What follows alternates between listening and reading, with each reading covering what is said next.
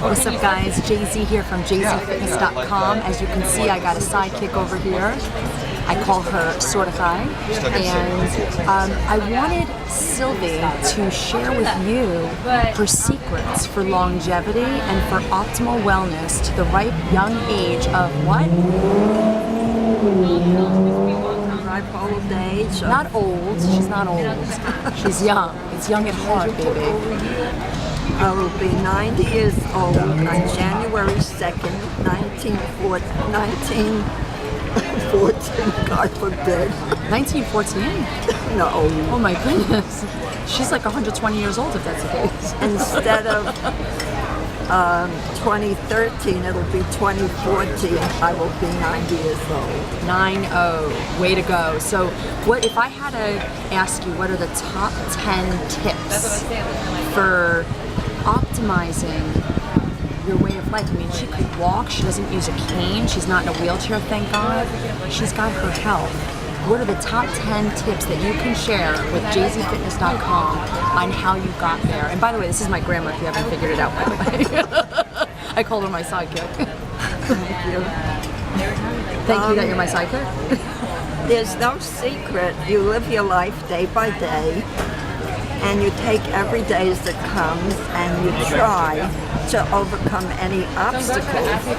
And being a young child, growing up during the Great Depression, which was 1932 to about 1942, about a 10-year period of time where there was no work in a small town that I come from, called Gloversville, New York, and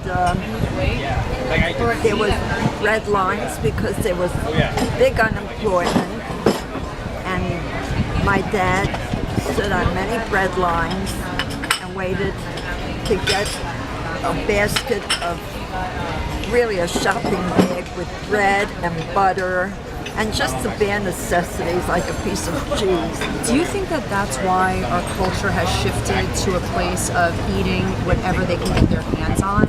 Because I work with, obesity and eradicating the habits that have been instilled in us from our ancestors and from, habits that are taught to us as kids. So do you think that the Great Depression is the reason why people are so addicted to food? Well, it could be one reason in the older generation, such as my generation. But the younger generation, I think they're very spoiled. They're overindulged by parents who have never had, such as myself. And we spoil our children by trying to give them everything instead of having them earn what they get. And I was spoiled, but I had to do chores. I had to mow the lawn with my dad.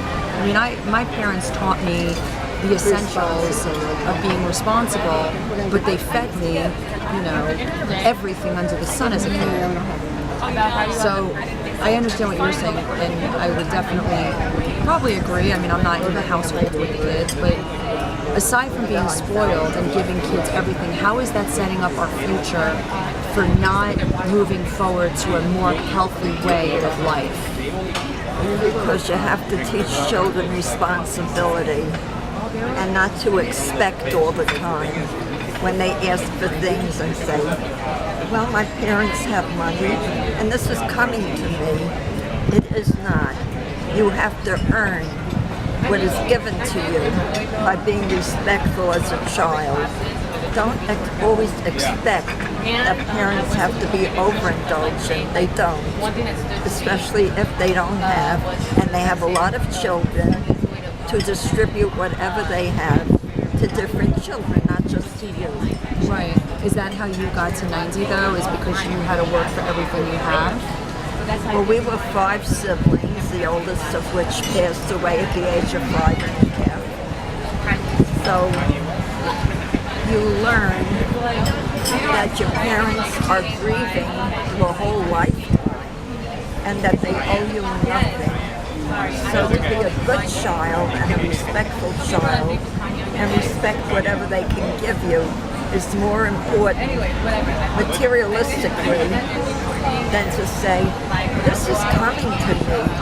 Nothing is coming to you. You have to earn what you get in life.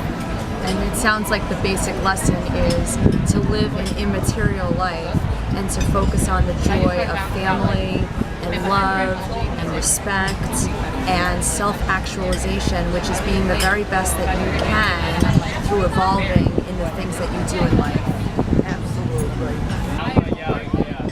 I just want to add that God blessed me by having a granddaughter like I have right here, to be invited to see the world out here on the West Coast and to go home and appreciate the good things that I saw here. Well, part of life is really honing in on the value of family, and it is an honor and a pleasure that you have come out 3,000 miles to join me. Everyone thought I was crazy having Grandma fly all the way out here to enjoy the precious times that we have. But you know, life is short, and you can't take your family for granted. You have to love them every day. Tell them I love you. Spend time with them. You know, grow with them, learn with them, and just appreciate the intricacies of life, because that's what life's about. It's not about anything but love. I'm with my grandma here, Sylvia, or Sortichai, from jzfitness.com. Thanks, Grandma. God bless you. God bless you.